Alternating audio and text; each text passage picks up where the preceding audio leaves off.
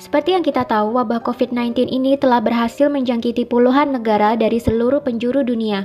Dengan total hingga hari ini, 17 Maret 2020, WHO mengkonfirmasi bahwa ada 167.511 orang yang menjadi positif korban virus corona dengan 6.600 lebih kematian.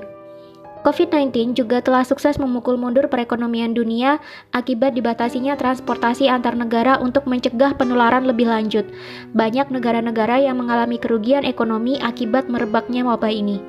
Tapi di tengah kisru dan kepanikan virus COVID-19 ini, ada sebuah kejanggalan-kejanggalan yang terasa aneh untuk ukuran sebuah penyakit baru. 1. COVID-19 menyebar sangat cepat, bahkan berada di dekat atau bersentuhan dengan korban terinfeksi COVID-19 bisa menyebabkan tertular. Belum ada setengah tahun, tapi wabah ini sudah menjangkiti puluhan negara di seluruh dunia dengan total korban mencapai ratusan ribu jiwa. 2. COVID-19 tidak mematikan seperti SARS atau MERS, di mana dua penyakit ini adalah penyakit yang ditimbulkan oleh virus corona, sama-sama corona namun berbeda jenis. Tapi anehnya, COVID-19 ini diberitakan di mana-mana, dan media lebih suka memblow up kasus COVID-19 ini jauh lebih banyak dibandingkan dengan kasus SARS atau MERS dahulu. Mari kita lihat grafik berikut ini. 56,6% pasien terinfeksi COVID-19 dinyatakan sembuh, 40% masih dalam perawatan atau masa penyembuhan. Jumlah yang meninggal hanya 3,5%.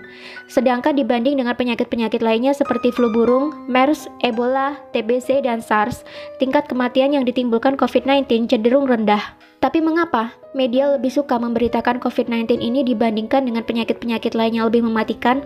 Bukankah ini aneh? Dari keanehan-keanehan ini akhirnya muncullah banyak teori konspirasi mengenai COVID-19. Di antaranya, 1. Virus COVID-19 adalah kiriman dari tentara militer Amerika untuk Cina. Dilansir dari liputan6.com, pejabat Cina mengklaim kasus pertama virus corona COVID-19 bukan berasal dari negaranya, melainkan dari Amerika Serikat.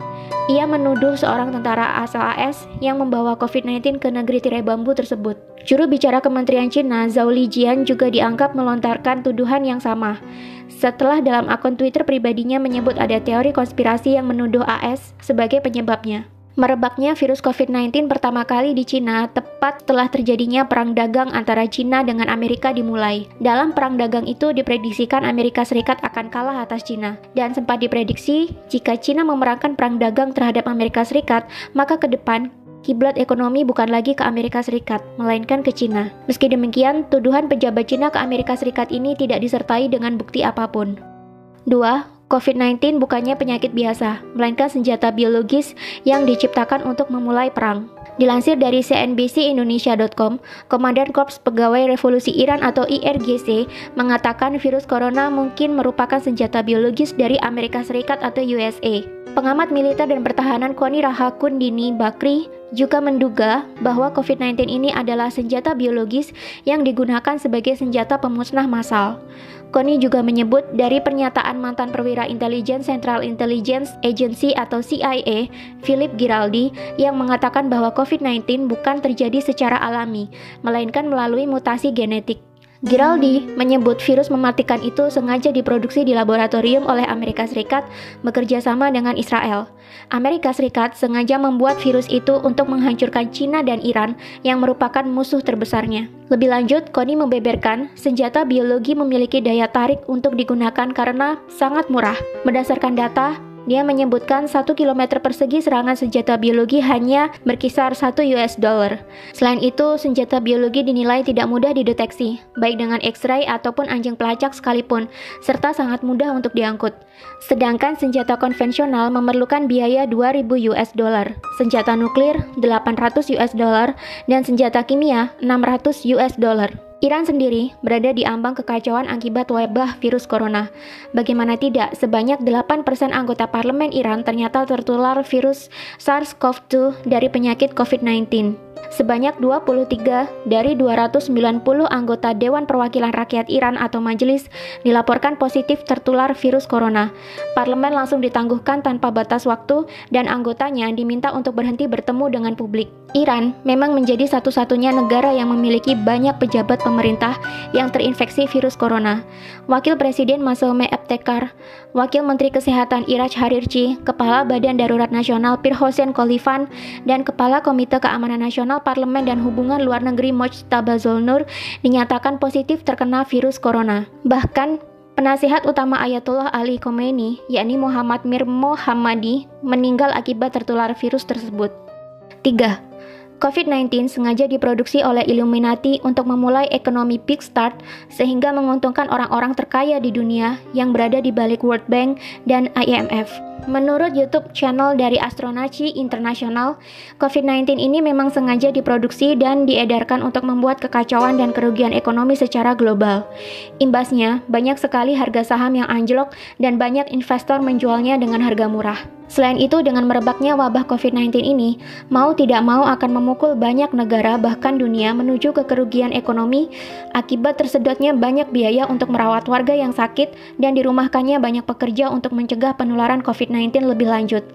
Efeknya, banyak perusahaan akan mengalami kerugian dan menurunnya pendapatan negara. Akibatnya, mau tidak mau resesi atau perlambatan ekonomi akan diprediksikan benar-benar terjadi dan negara-negara di dunia akan membutuhkan hutang untuk membangkitkan kembali perekonomian di negara mereka. Tentu saja kemana lagi negara-negara yang merugi ini akan berhutang jika bukan ke World Bank dan IMF. Sedangkan World Bank dan IMF yang menjadi bagian dari PBB sendiri memiliki penyokong dana di baliknya dan disinyalir adalah Illuminati, di mana Illuminati sendiri adalah perkumpulan rahasia yang tidak terekspos oleh media, di mana pesertanya sebagian adalah para konglomerat dunia dan diisukan menjadi dalang di balik revolusi Prancis, Perang Dunia I, dan Perang Dunia II. Selain mendapatkan banyak keuntungan dari bunga pinjaman, Illuminati juga disinyalir akan mendapatkan banyak keuntungan dari harga-harga saham yang jatuh, di mana mereka bisa membelinya sekarang dengan harga yang murah dan menjualnya kembali saat harga sudah tinggi, yakni ketika perekonomian global telah kembali pulih. Bagi penganut teori konspirasi, sudah tidak asing lagi bahwa Illuminati adalah sebuah organisasi rahasia yang berisikan anggota dari beragam profesi, mulai dari petinggi negara, konglomerat-konglomerat terkaya di dunia, hingga artis-artis kelas dunia. Tujuan dibuatnya Illuminati ini tentu saja untuk menyejahterakan kepentingan-kepentingan anggotanya dan menguntungkan orang-orang di dalamnya. Konspirasi terbesar adalah membuat dunia menjadi satu tatanan baru atau New World Order, di mana nantinya di dunia ini semua negara dan wilayah akan berada di bawah satu komando atau kepemimpinan. Tidak ada lagi perebutan kekuasaan internasional. Jika itu terjadi, tentunya akan mudah bagi anggota Illuminati mengontrol dunia dan mencetak kekayaan sebanyak-banyaknya dari seluruh belahan dunia. Untuk melancarkan maksud mereka ini, maka dibentuklah Organisasi Persatuan Dunia yang kita sebut sebagai PBB atau Persatuan Bangsa-Bangsa yang awalnya didirikan oleh Amerika, Inggris, dan Uni Soviet. PBB sendiri memiliki beberapa suborganisasi lebih kecil di antaranya World Bank dan IMF yang mengurus segala hal berkaitan dengan perekonomian dan perputaran uang di dunia.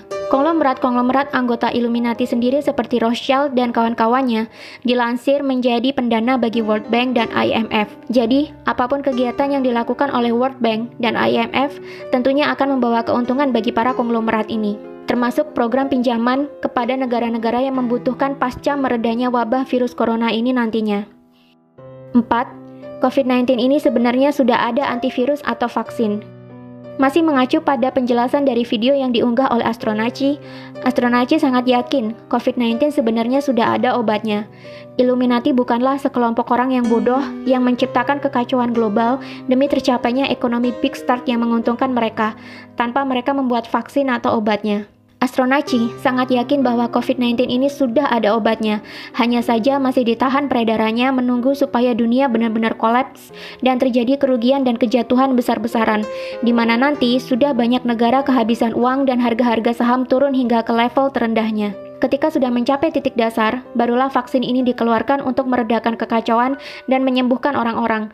Dengan sendirinya, COVID-19 akan menghilang seiring dengan mulai pulihnya perekonomian global. Tapi tetap, masing-masing negara akan kelimpungan mencari pinjaman dana untuk memulihkan perekonomian kembali. Kemana lagi negara-negara di dunia akan meminjam uang jika bukan ke IMF? Lagi-lagi yang mendapatkan keuntungan di balik semua kekacauan ini adalah orang-orang konglomerat yang berada di balik Illuminati yang juga menjadi penyokong dana di IMF dan World Bank. Memang banyak teori konspirasi merebak di antara keanehan virus COVID-19 ini yang merebak secepat pergerakan angin. Apakah kamu menyetujui teori-teori konspirasi di atas, atau kamu menemukan konspirasi lainnya? Tulis di kolom komentar.